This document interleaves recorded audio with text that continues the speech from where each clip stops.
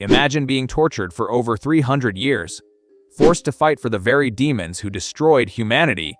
Then, after finally failing to kill the Demon King, you send yourself 200 years back in time with one goal. This time, I'm going to wipe every single demon off the map. But first, he has to survive being called the worst martial arts instructor in history. 249 years ago, a huge dimensional gate opened in the skies, and then they descended, the ones who would be called demons in the future. After descending, they declared that they were invading mankind, and that marked the beginning of the invasion of demons. Realizing how dire the situation was, the Orthodox Alliance formed the Orthodox Heaven Demon Extermination Corps and declared that they would be subjugating the demons. 3 days later, they ran into the Demon Corps in Manhwa and were wiped out, which was a speedrun record nobody should be proud of. 1 year later, half of the people in the Central Plains had been slaughtered. The Orthodox and Unorthodox Murim worked together to form the last line of resistance in Sichuan. The battle took place over half a month, 90% of the resistance army was killed, and the Central Plains Murim was officially wiped out. The remaining survivors became slaves and were dragged to the demon realm. Sabaigang too was captured and dragged there. 5 years later, Sabaigang, who was unable to use inner energy from birth, was categorized as a rare species, basically showing up to a sword fight with a participation trophy. Through various experiments and brainwashing, he became a part of the demon realm's subjugation army. After that, decades passed. He invaded other dimensions and carried out slaughters. He killed more, and killed even more, and his performance review must have been terrifyingly impressive. 75 years after he became a slave soldier, he was recognized for his contributions and became a commander among the demons. 120 years after he was promoted to a commander, he finally found out about that mysterious thing, and he wasted 50 years trying to find the conditions and methods to manifest it. And 65 years after that, he started the rebellion he had meticulously prepared. 1 week after the rebellion started, in the present, the rebellion had failed. Demon King Tarrant called it a disappointment, saying Sabaigang had risked all the contributions he had accumulated just for a rebellion of this level, and addressed him as Schwitz von Grentel. The wounded commander ground his teeth and growled that he should not be called by that damn name because his name was Sabaigang. If there is one universal truth across dimensions, it is that you never use the name a man hates. The Demon King said he really did not understand, explaining that he had observed humans like him this whole time, and that while his abilities and talents were measly, he always had a tenacious obsession with surviving regardless of the situation, and that was his only strength.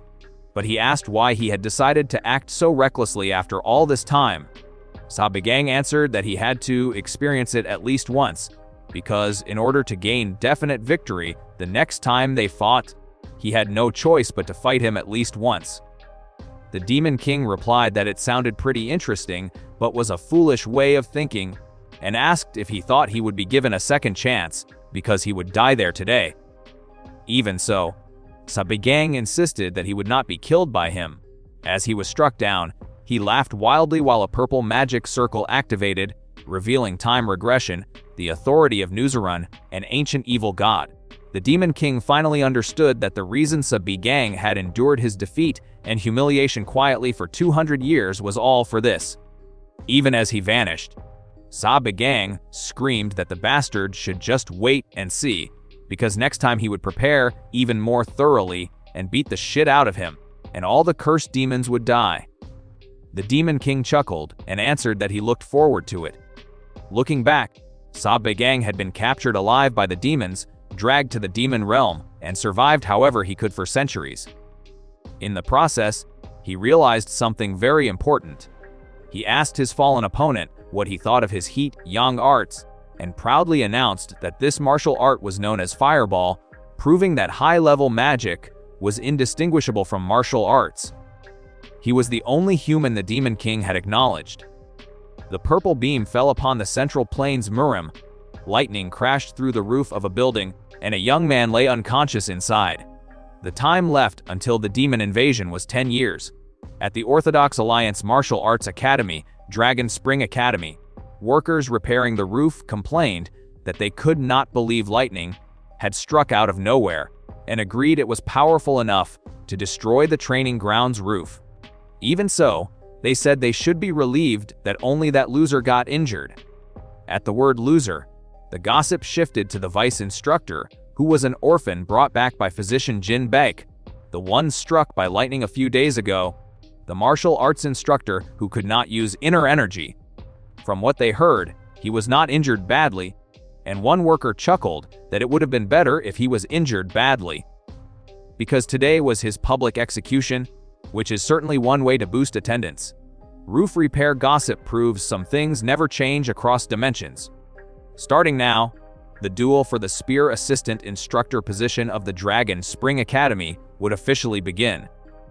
On one side stood the current Assistant Instructor, Spear Assistant Instructor Sa Bagang, and his opponent was the challenger recommended for the position, the self-proclaimed Invincible Divine Spear, Mang Sundeok, practitioner of the Bull Demon Spear art.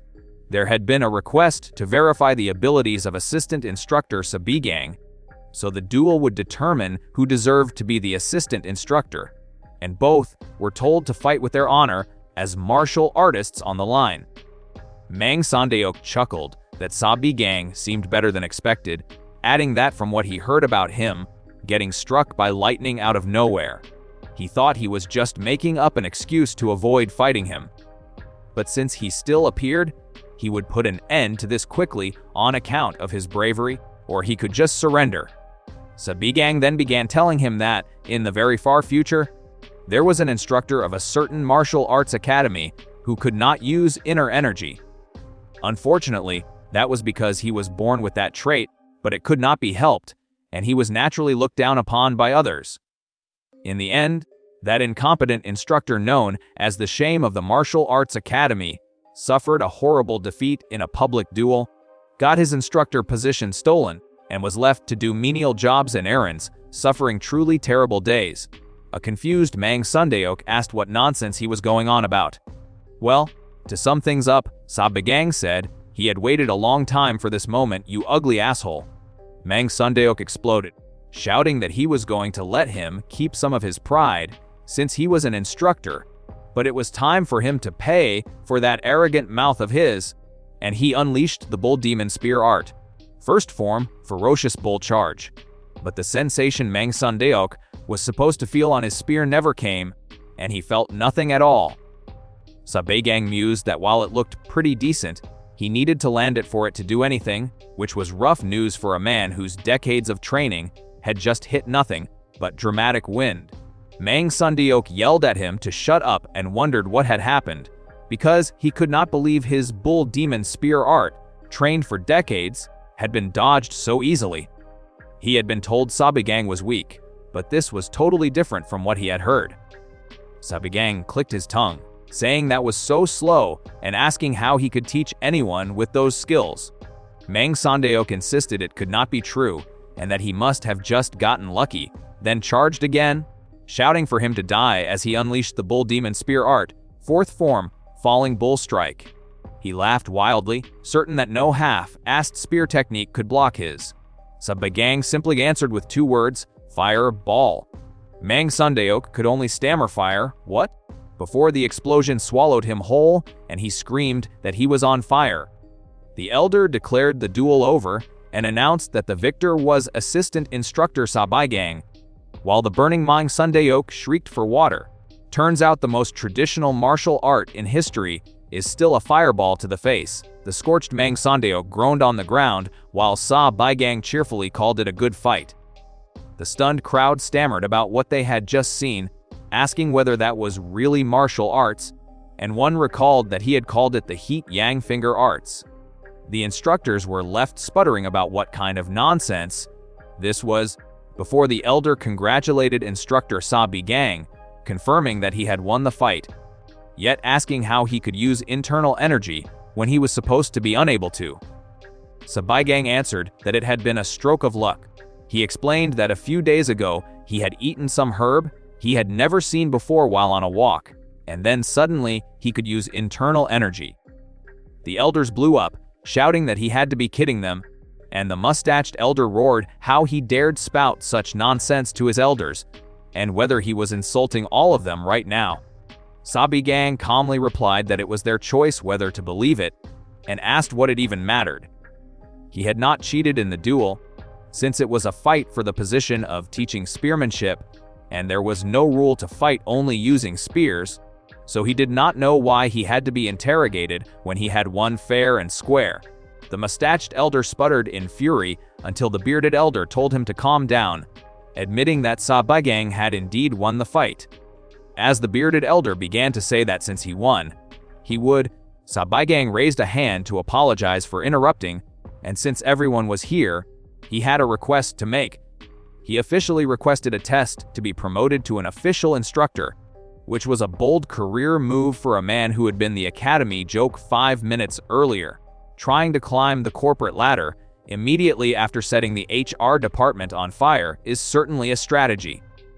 The students whispered that he was the one from the duel. The Dragon Spring Academy was one of many martial training halls set up by the Orthodox Alliance to prevent hardship in the Gyeongmurim, and its purpose was to raise martial artists who would become the pillars of the Orthodox Alliance in the future. They took in children between the ages of 15 and 18 from sects and clans that were at least decently big. The instructors were composed of martial masters from the Orthodox Alliance, divided into assistant instructors and senior instructors, though the assistant instructors were more assistants than instructors, for them to actually teach the children. Sabigang paused and asked what had happened, as Jinbaek stood behind him demanding how he was suddenly able to use internal energy and shouting what he had done. Jinbaek was the recovering body pavilion master of the Dragon Spring Academy, not an instructor, but a physician who took care of patients. Sabigang repeated that he had already said it was a stroke of luck, but Jinbaek called it nonsense, reminding him that he had treated him for a long time, and that since the day he learned he could not use internal energy, he had tried every possible method to fix him. If it was something that could be fixed so easily, then how useless of a physician was he? He wept that he knew better than anyone that Sabigang had been hated by others because of that. That he was too ashamed to face him now, and that he was so sorry. Sabigang thought that he had not changed at all because he was someone who was like a parent to him. 42 years ago, or rather 15 years ago now, he had been the person who ran into flames to save a dying child amidst a bandit ambush, and he had also been the one who ended up losing his own life trying to save others on that day too. However, this time, Sabigang silently vowed that he would make sure that he did not die.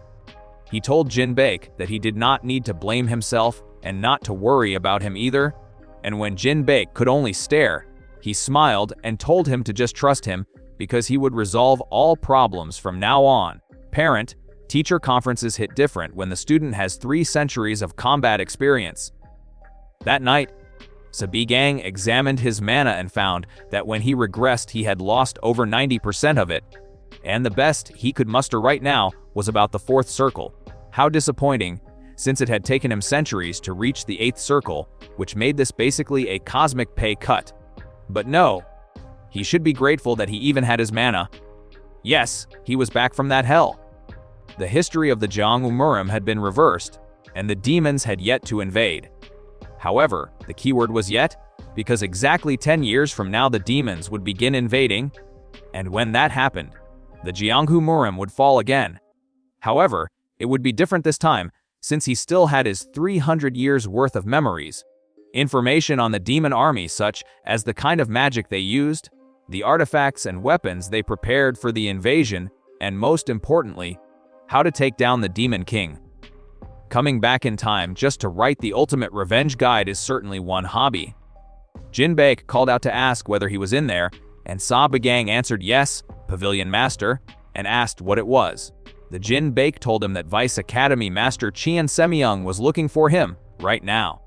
Sabigang asked whether he had asked Jinbaek to deliver that message to him, and Jinbaek said he did not mind, because he was more worried about him.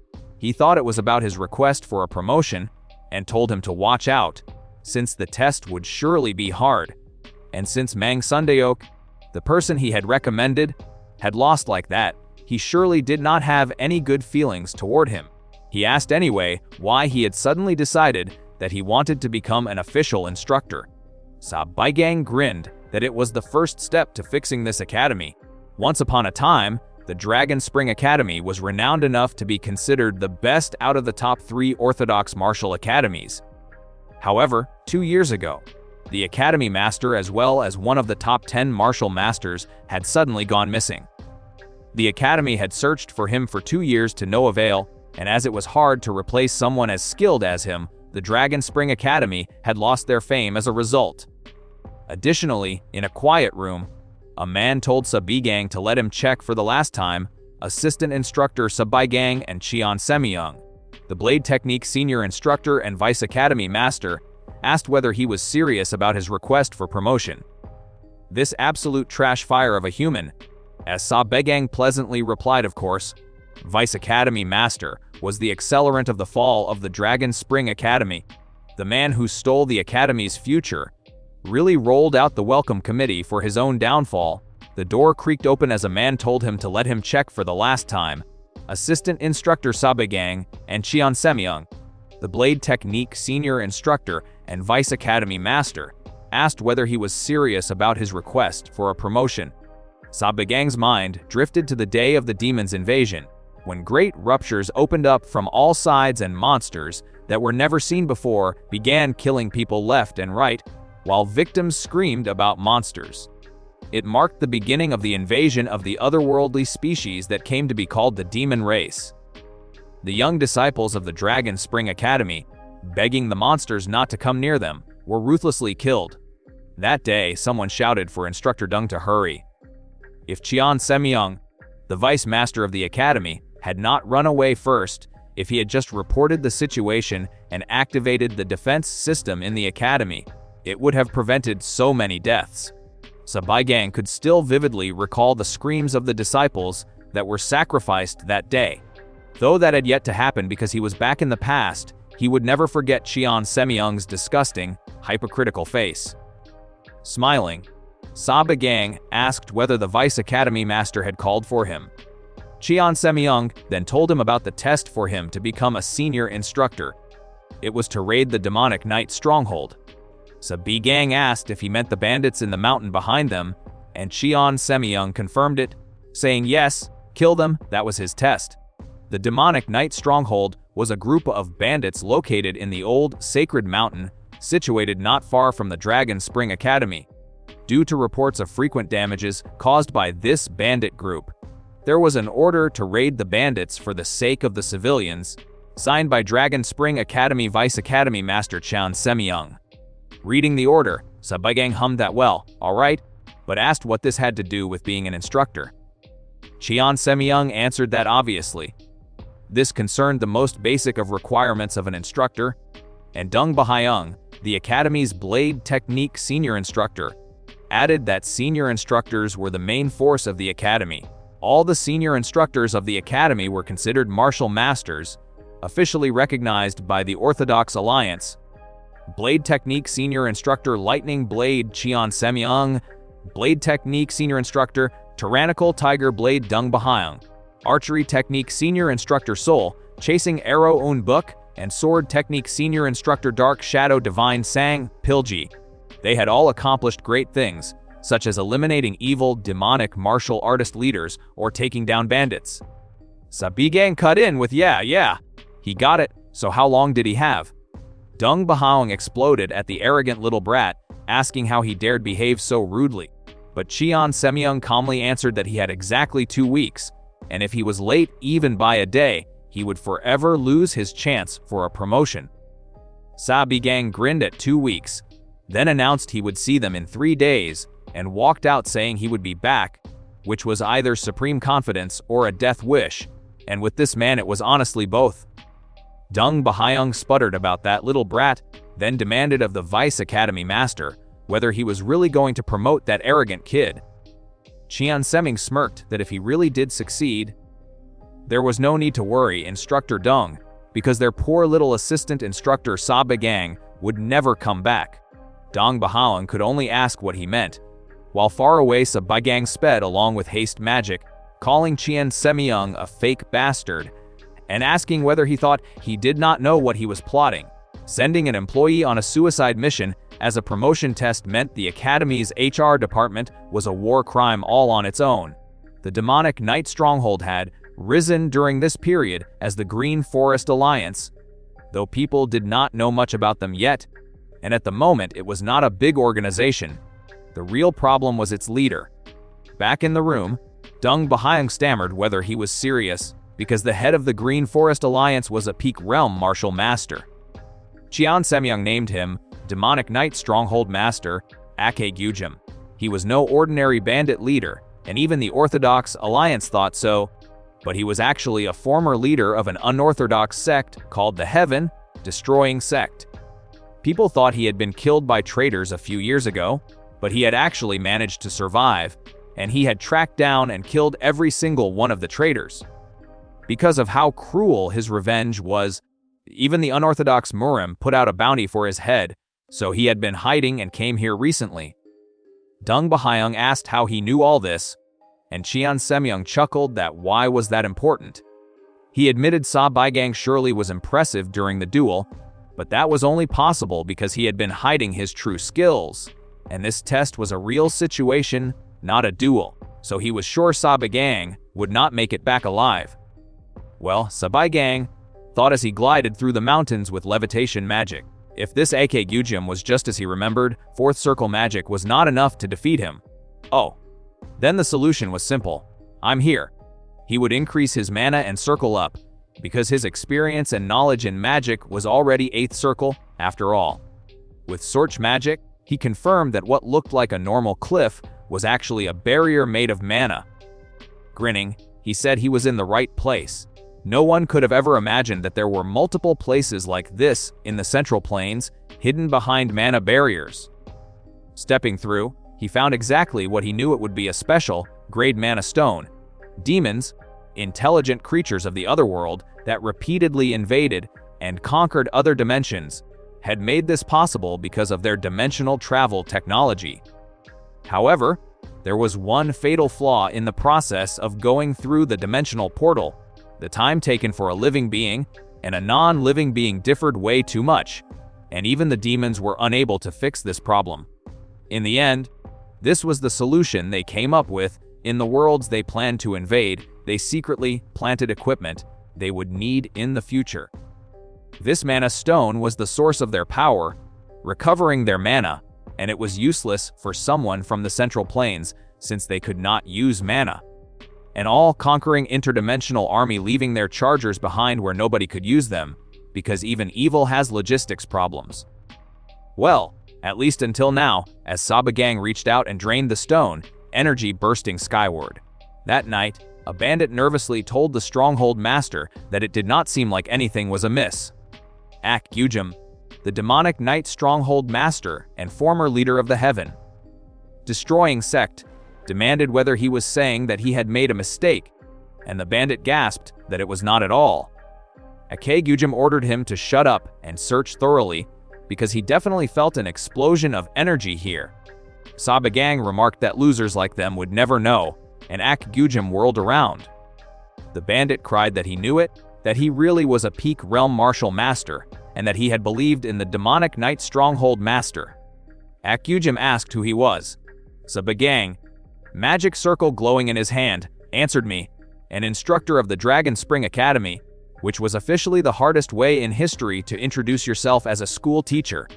Sa Baigang, perched on a rock, repeated me, before answering, with a magic circle spinning in his palm, that he was an instructor of the Dragon Spring Academy.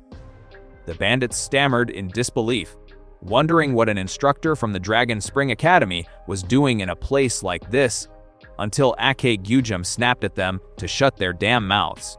He then asked Sa Baigang if he was speaking the truth, whether he was saying that he had been the cause of that great energy explosion earlier. Sa Baigang smiled and asked what if he was. Ake Gyujim burst into motion and declared that then he would kill him, because that was why he had come here. Sa Baigang coolly asked whether that was so, and a purple blast erupted before the bandit master could finish his threat. His mana blade carved through the rank and file, and as a wide-eyed Ak Gyujim staggered, Sabagang remarked what a coincidence, since he had come here to kill them too, and conjured his astral chain. Their blades met, and Sabagang, grinning over the clash, told Ak Gyujim that he had better avenge his subordinates. Ak Gyujim demanded who he was. When their weapons crashed again, Sabagang said what he had already told him. He was an instructor at the Dragon Spring Academy. Repeating his job title in the middle of a sword fight is certainly a power move.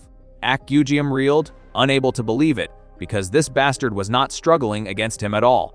Furious, Ak Gyujim unleashed the heaven, destroying Hegemon Divine Arts, core release, screaming that the bastard had dared make him use this power on him, and demanding whether he knew what kind of power this was.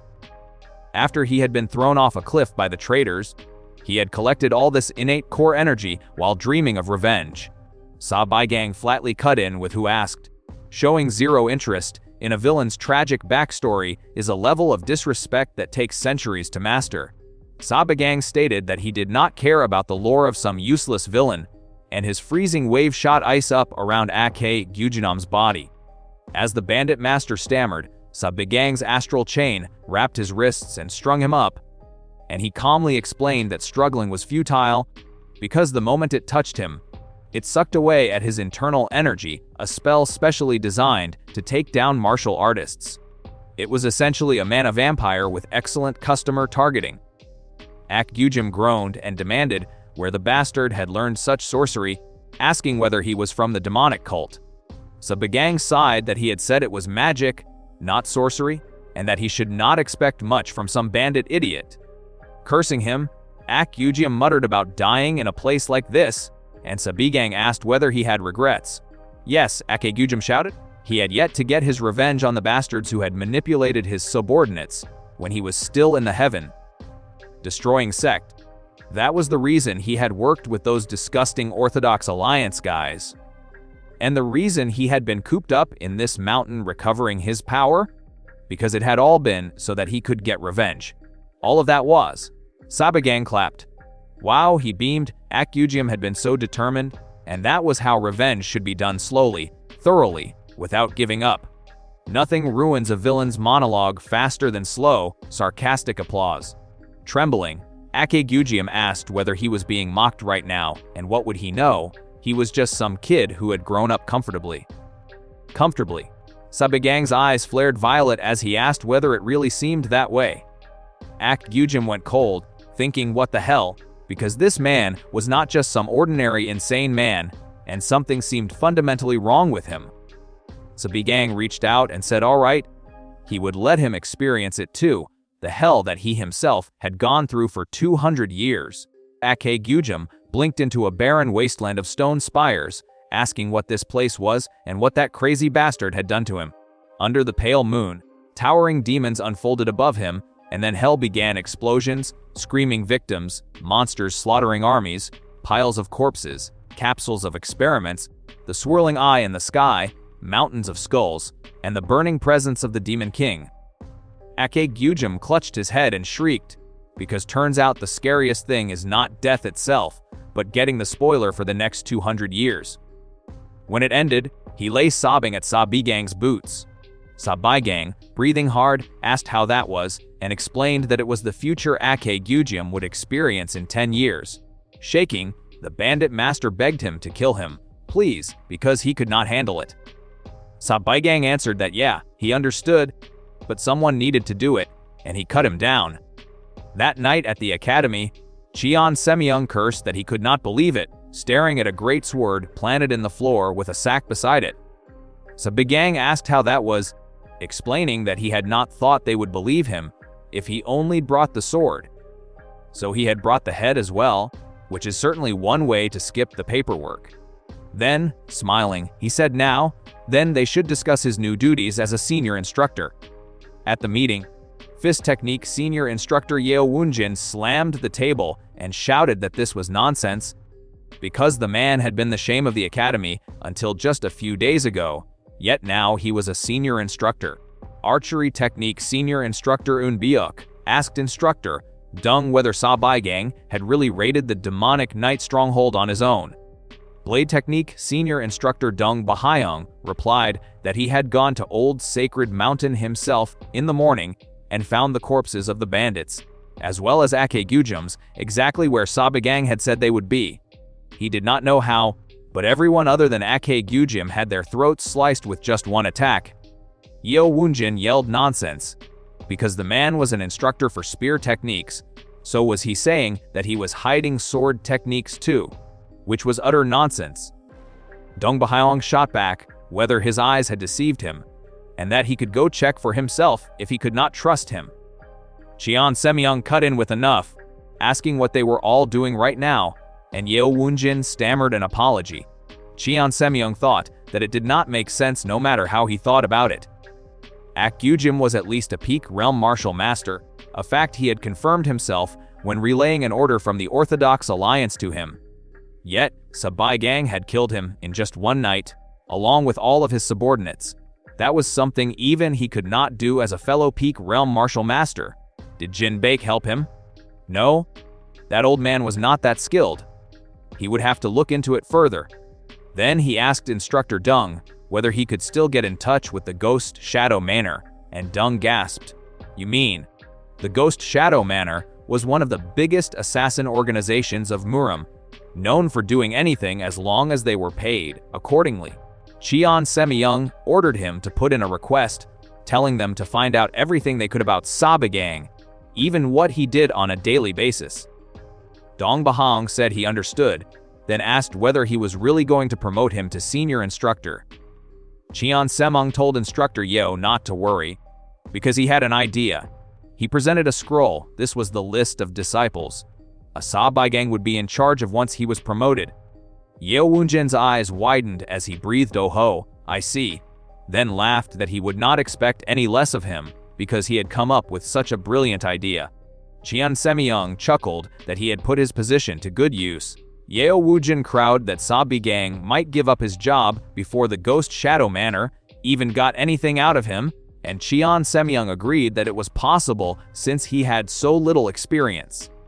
The villains believed they were playing four-dimensional chess, unaware that Sabaigang had written the rulebook centuries ago. Qian Semyong then asked whether Instructor Deng had given these lists to Instructor Satu, and Deng answered yes, that he had given it to him right before this meeting. Asked what he had said, Deng replied that what would he know even if he saw it, because he had just smiled and said he got it. Walking away with the list, Sabaigang thought that those old geezers were idiots because they were doing everything he expected them to do. He had regressed to this time and place for a reason. After learning about Nuzran's power of time regression, he had wondered to himself hundreds, if not thousands of times, what he should do to prepare for the demon's invasion. The enemy was an army that had already conquered countless dimensions, and only being one person had its limits. There were many things he could do, but in the end, the best thing he could do was to raise an army, not some weaklings like the ones that died before his regression, but a powerful army that had learned all kinds of magic and martial arts. The list held the guys that had been marked as troublemakers among the first-year disciples. Although they were definitely talented, their personalities had been getting in their way, or they were not talented, or had been neglected because they did not come from prestigious families. He assumed the old geezers thought that he would not be able to handle them, handing the new teacher the class of nightmares like it was a punishment. But those old geezers never would have imagined that the two heroes who did the best during the demon's invasion were on that list. One was a martial master who reached the evolutionary realm in his late 20s, the last hope of Murim that led the alliance against the demons, the Heavenly Sword Alliance leader. The other was a talented archer who led a squad specialized for assassination and patrolling, and assassinated the most demons on his own, the demon-slaying divine archer. Sabaigang smiled and greeted them. "Nice to meet you." He was their instructor starting today, because those two heroes were here right now in front of him. At the Academy Training Hall, Gok Boyuk knocked Han Lejung to the floor and told him to get up, because their external arts training was not over yet. Gok Boyuk, a first year of the Camellia class and the second son of the Dragon Tiger Escort Agency, sneered that someone might think he was bullying him, and that Tan Lejung should be thankful since he was showing a weakling like him his Dragon Tiger Mountain splitting fist arts. Nothing says mentorship like a fist to the chest. Tan Lejung, the eldest son of the One-Star Sword clan, begged him to stop, stammering that it was just that the swordsmanship his One-Star Sword clan taught him. Gok Boyuk barked a laugh at the One-Star Sword clan, asking whether he wanted to keep learning those shitty martial arts he could not even properly use against him. As Tan Lejung's fist trembled and clenched, Gok Boyuk warned him to stop clenching his fists, or else they would do another duel. Tan Lejung unclenched his hand and stammered no way. Yan Wookyoung, the second son of the destructive sword Yan clan, finally said that was enough, Gok Boyuk, because the exam period would soon commence, so he should stop causing unnecessary commotions. Gok Boyuk shrugged and said gosh, okay, consider yourself lucky, and Tan Lejung thanked him. Then Sabigang arrived and called out to Yan Wookyoung, Gok Boyuk, and Tan Lejung. Gok Boyuk answered yes, what is it? Sabigang said this was sudden, but Vice Academy, Master Chien Semyoung had let him know that they would not be in the Camellia class anymore, and instead they would be transferred to a newly created class. Gok Boyuk shouted what? Because apparently the Academy's solution to problem students was bundling them into one room and hoping for the best. Before the gathered cadets, Sabigang welcomed them and announced that he was their instructor from today onwards. One student muttered just what was happening, and Yan Wookyoung gave a dry laugh. Gok Boyuk roared to stop messing around, because it was flustering enough that they had to suddenly move classes. But now they were under this half-assed instructor, and he would not listen to such a shitty order. Sabigang calmly noted that his choice of words while talking with the head instructor was quite insolent, Cadet Gok Boyuk. Gok Boyuk told him to fuck off, saying he did not know what bullshit he had pulled to become a senior instructor, but he had no plans on learning from a bastard who could not even use internal arts until recently. Sabigang only smiled, magic gathering in his fingers, and recited Academy Rules Article 3, Clause 5. In a blink he was in front of Gok Boyuk, and as the cadet stammered what? Sabigang dropped him with a crushing blow, explaining that if a cadet shows bad behavior, he can punish them with the goal of guidance. Reading the school rulebook mid, punches the most teacher-like thing he has ever done. Snarling you, Gok Boyuk unleashed his Dragon Tiger Mountain, splitting fists, and charged with a scream of shit-faced bastard. Sabigang flowed around the blows, listing the offenses, swearing and violence towards a superior, using internal arts during class without permission. But the worst of all, and he drove a glowing strike into Gok Boyuk's chest, making him howl.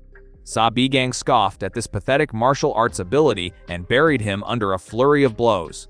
Then he said, hey, get up, because his guidance was not over yet. Tan Lejung watched in disbelief, thinking that this was the same Gok Boyuk who was ranked at the top among the new students in external arts training, yet he was losing so unilaterally, as if he were a child. Gok Boyuk cursed you, son of a bitch, and was punched down again while the watching cadets groaned. As Gok Boyuk sat coughing on the ground, Sabigang clicked his tongue, gosh, teach, asking what kind of nasty state this was starting from the first class. Too bad, I guess, he said, gripping the cadet's face, because it is the role of the instructor to hold back their tears and educate. His teaching method is basically a punching bag with a curriculum. Then a hand closed around Sabigang's wrist. Yan Wookyoung said this was a little excessive against a cadet, Instructor Sabigang. Sabigang smiled and answered that so this was when he finally decided to move, young Master Yan Wookyoung, the boy who before the regression had been the Heavenly Sword Alliance leader. Yan Wookyoung of first year, Camellia class, was the second son of the destructive sword Yeon clan, one of the prestigious clans in the Central Plains. From a young age, he was recognized within the clan as a martial arts genius, and even among the new students of Dragon Spring Academy, he displayed overwhelming skill. His talent was far beyond what the academy could contain. At the mere age of 20, he achieved the feat of becoming the youngest in history to become a supreme peak martial master, and was ranked among the top 10 martial masters of the Orthodox Alliance. Originally, he should have lived a brilliant life, revered as one of the absolute martial masters of the Central Plains and admired by all. But that was only if they had never appeared. From the early stages of the demon invasion, he participated in more battles than anyone else, but soon the Yan clan became the target of concentrated attacks from the demons and was annihilated, with all members except him brutally slaughtered. Even so, he did not collapse in despair or grief like others. He traveled across the Central Plains, fighting countless battles with the demons, gathering survivors and forming an allied force that transcended both orthodox and unorthodox sects. Even in such a hopeless situation, where everything was against them, he led the remaining martial artists in a desperate final resistance. Sabagang still remembered it. He always charged to the front lines of the battlefield, and whenever he unleashed his dazzling sword energy, even massive demonic beasts that seemed to cover the sky were cut down in an instant. Undoubtedly, he was the hero and final hope of the Central Plains. Although now, he was just another snobbish noble brat from a prestigious clan, which was history's greatest hero, currently peaking at teenage disdain. In the present, Sabagang said that, so he had finally decided to move that heavy ass of his, young master Yan Wukyung. Yan Wukyung replied that this was quite amusing, Instructor Sabagang, and asked why. Was he surprised that the assistant instructor, who could not even use internal energy until recently, suddenly got so strong? Sabagang allowed that sure, that was unexpected. Yan Wukyung continued that the fact that all he could do with that newly acquired power was to show off in front of cadets was just pathetic, while the beaten Gokbok muttered fuck, how embarrassing. Then Yan Wukyung asked whether that was also because of those so-called fated encounters. Sabagang thought that he was a sharp one and asked why. Was he curious? Because if he obediently followed his training from now on, he might just tell him. Yan Wukyung answered no thanks, that would not be necessary. He did not know what kind of trick he had pulled to suddenly change class rosters like this, but he would be submitting a formal complaint to the academy about the person responsible, because he had no interest in learning from someone who was puffed up with arrogance from a lucky stroke of fortune. Sabagang stayed silent as the cadets walked away, then let out a smirk and said look at him running his mouth, like he was something special, so he thought there was nothing to learn from him. Dropping a hand onto Dan Lejung's shoulder, Sabagang asked what if he told him that in just 10 days of his training, this guy here could be strong enough to beat him.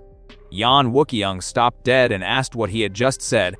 Sabagang said he would repeat it as much as he wanted.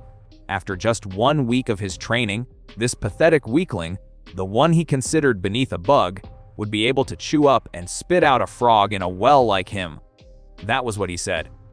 Dan Lejung yelped Instructor, what the hell, and asked whether he was insane before Sabagang clamped a hand over his mouth, talking trash with his own student as the bait was either 5-dimensional chess or a funeral plan, and possibly both.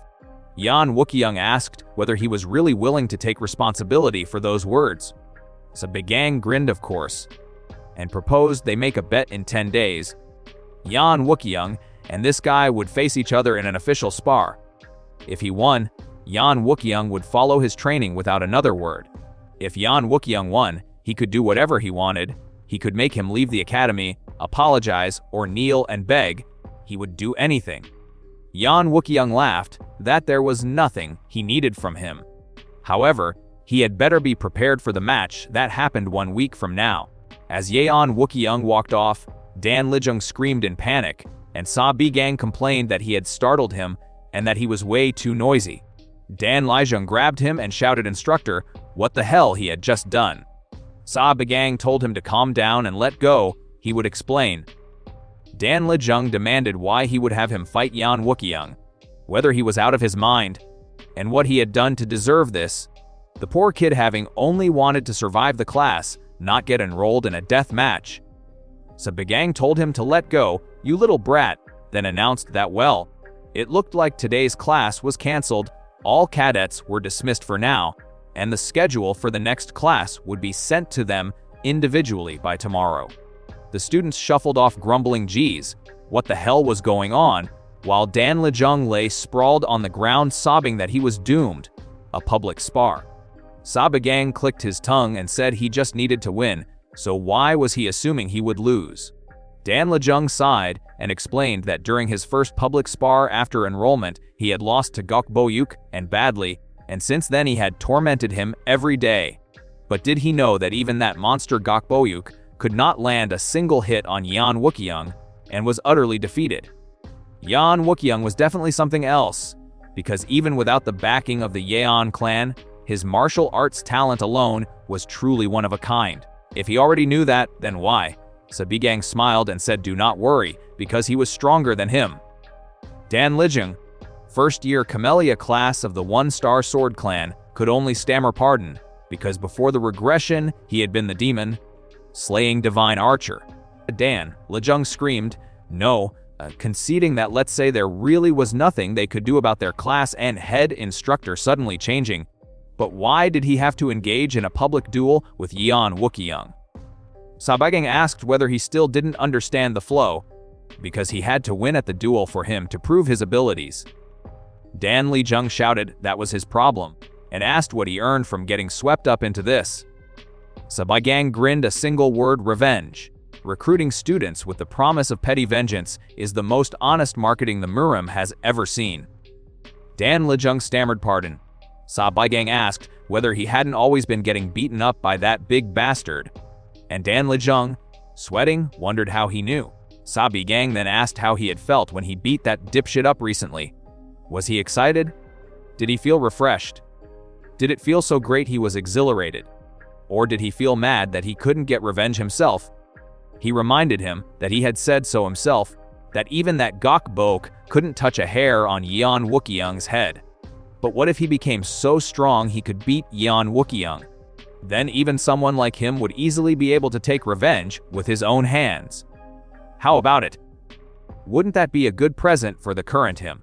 Dan Lejung answered that if he really could become strong like he said, then he would do it. But, he added, this was unrelated to Gok Boyuk.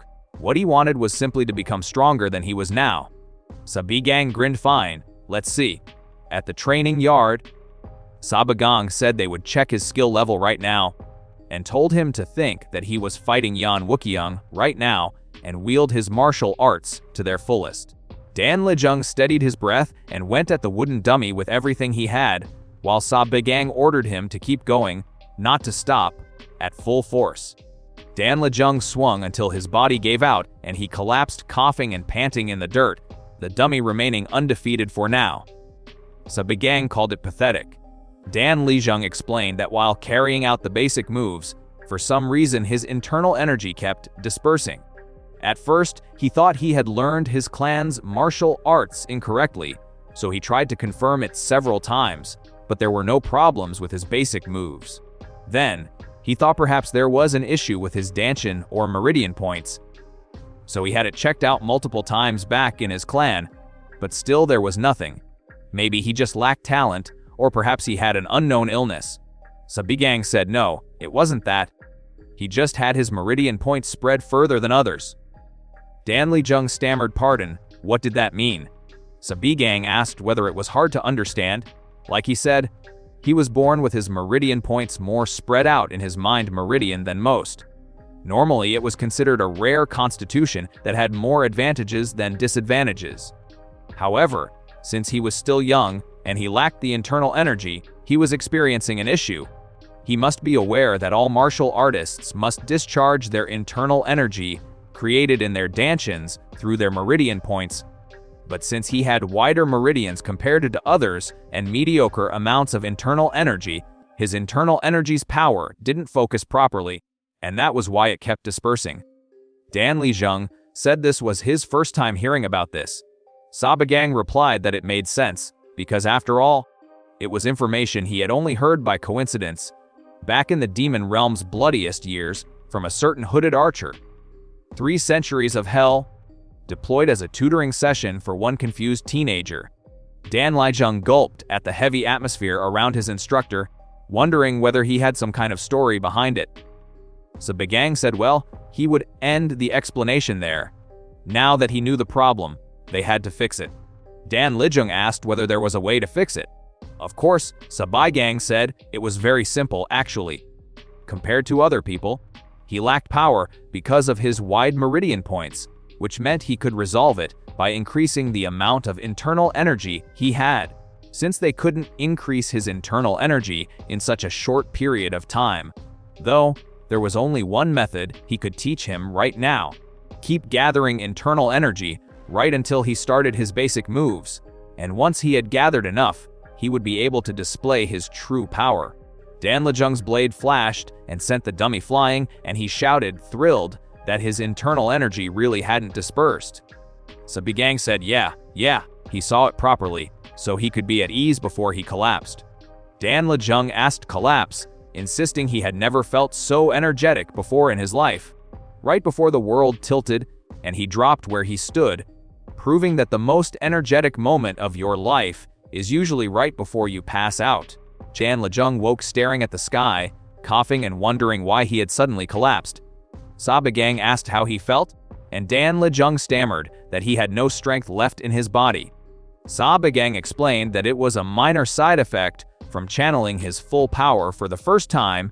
He had never properly used his mind meridians before, so his unadapted body was shocked. It was nothing to worry too much about, since the side effects would naturally go away after a few months. Dan Lijung breathed that he saw a few months, then yelped, wait, hold on, a few months, but the duel was in 1 week. The human body's warranty period clearly did not align with the plot's schedule. Sabaigang told him he was currently facing 2 major problems. When he unleashed a technique with his stored energy, all the inner energy he had gathered up until that moment was consumed with a single strike, and since his body couldn't withstand the recoil, he collapsed. However, his energy core was also too small for him to store his energy ahead of time and sustain it for long, and if he did that, he wouldn't just collapse. He'd risk going into energy deviation, so that was absolutely forbidden. How was it? Easy enough to understand, right? Dan Lijung said yes, he understood, though what did that have to do with what he was holding? Sabaigang, hefting a wooden stick, told him not to mind the small stuff. Considering those problems, Sabaigang said he could only start storing energy after the duel began, and asked how long it had taken him to gather his energy earlier. Dan Lijung said, roughly 7 minutes. Sabaigang asked then how he was going to hold off Yan Wuqiang for that amount of time. Dan Lijung asked what he should do. Sabaigang answered that there was only one answer. He dodges like hell until he has gathered it all, and he swung the stick at him. As Dan Lijung yelped what he was doing, Sabaigang ordered him to focus and start gathering his energy, and not to take his eyes off the opponent's weapon. Feigning with illusion magic, Sabaigang struck him down and said he was whining, even though he hadn't used any inner energy. Get up. They were continuing. Dan Lijung asked whether this was training. Of course it was, Sabaigang said, training to dodge. Dan Lijung asked what kind of messed up training this was. Sabaigang echoed messed up training and asked, hey, Dan Lijung, did he think he was doing this just to bully him? He had just explained why he was weak and how to fix it. And he had even demonstrated it clearly. And he would guarantee this right now. This was the only way he could even give Yan Wuqiang a scratch a week from now. The training was painful and hard. Of course it was. But was it harder than the times he was humiliated by Gok Boyuk and Yan Wuqiang? Was he really going to throw away this perfect chance to prove himself to all the others who treated him like trash? Dan Lijung gripped his wooden sword and apologized, Instructor, then begged him to please continue the dodge training because he could endure a whole day of this if he must. Sabaigang scoffed at a whole day, asking what nonsense he was spouting, then grinned that he would be doing this nonstop for the entire remaining week. Dan Lijung cried wait as the stick came down. 1 week of stick beatings as tuition for 7 minutes of charging time was steep, but the curriculum was honest. 1 week later, the duel arena was packed with a murmuring crowd. Students wondered how long Dan Lijung would last, deciding he would get wrecked in a single move and collapse flat on the ground. Others asked whether he had prepared some kind of countermeasure, since they had seen him a few times in passing, but he had just spent the whole week getting smacked around with a stick. Gok Boyuk thought, what an idiot, and that if he was trash he should just stay quiet in a corner. The wimp who grovels even in front of him was going to beat Yan Wuqiang. Bullshit. He had fallen for that scammer's lies and dug his own grave. Yan Wuqiang called out to Instructor Sabigang, saying he had said he didn't want anything earlier, but under these circumstances he would like to make a condition of his own. Sabigang said fine, what is it? Yan Wuqiang said if he won, Sabigang must promise to leave the academy on his own, because he never wanted to waste time like this again. Sabigang answered deal, swearing on his name, and reminded him that he was aware of what happens if he loses too. If he lost, he must attend his classes and training without complaint. Yan Wuqiang said he remembered. Sabigang smiled good, then added that wasn't he mistaken about something? Because the person he should be focusing on right now wasn't him, but Dan Lejung, who was standing over there in the duel arena. With both duelists ready, Sagang clapped his hands and announced, all right, let's get started. Victory would be determined when one side either forfeits, loses consciousness, or drops their weapon, and any lethal or life-threatening strikes were strictly forbidden. In these cases, as the judge, he would make the final call. Now then, begin the duel. Sabigang said now, then, and shouted start. Yan Wuqiang crossed the distance in a blur, and Dan Lejung felt a flash of steel, blood spraying as his wooden sword spun into the sky. Yan Wuqiang offered him a single-word surrender. Opening a duel with a near amputation and a one-word surrender demand is certainly one way to skip the small talk. Dan Lejung stood trembling, then realized, his arm was fine. Yan Wuqiang called him a fool, asking whether he had agreed to fight him while this shaken after just a bit of murderous intent. Dan Lejung's mind reeled that just now was murderous intent. That meant, if he had wanted to, he really could have. He couldn't do this. People consider this guy the best of the best in the academy, and there was no way someone as terrible as him could defeat him with just a week's worth of training. His confidence lasted exactly one murderous glare, a new academy record. Yan Wuqiang simply said his name Dan Lejung, but Dan Lejung forced a breath and reminded himself of what he wanted, to become stronger than he was now, and of why he had decided that day a week ago. Yan Wuqiang called him an idiot, saying he had given him a chance to get out of this fight uninjured. But he had brought this upon himself, and he attacked. Their blades clashed, and Yan Wuqiang thought. He reacted in time. Dan Lejung slipped aside, thinking that could have been bad, because the ki he had collected was almost dispersed.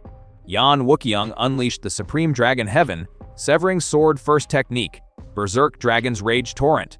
Dan Lejung yelped and twisted through the storm of strikes, thinking this sword Q is so powerful. But is it just a feeling?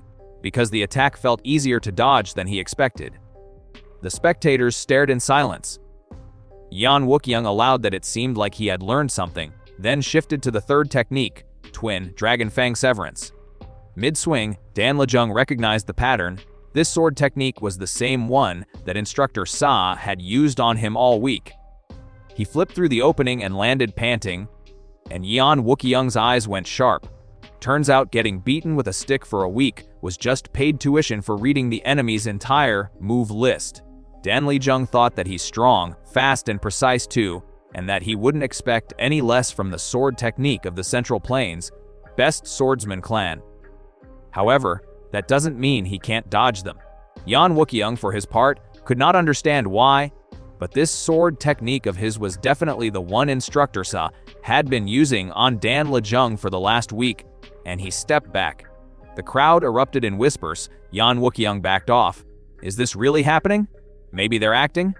As if, why would Yan Wuqiang do that? The crowd had come for a slaughter and gotten a plot twist instead. Yan Wuqiang said he apologized for calling him an idiot, because he had to admit that he had learned a lot within the last week. He did not know how he knew the Supreme Dragon Heaven. Severing Sword? But if he could dodge this one too, he would admit defeat, and he raised his blade for Fierce Dragon Annihilation. The spectators howled, asking what kind of sword technique that was, and Gok Boyuk ground his teeth at that crazy bastard. But Dan Lejung, his wooden sword glowing, walked straight into the oncoming storm while the crowd screamed, "Where is he going?"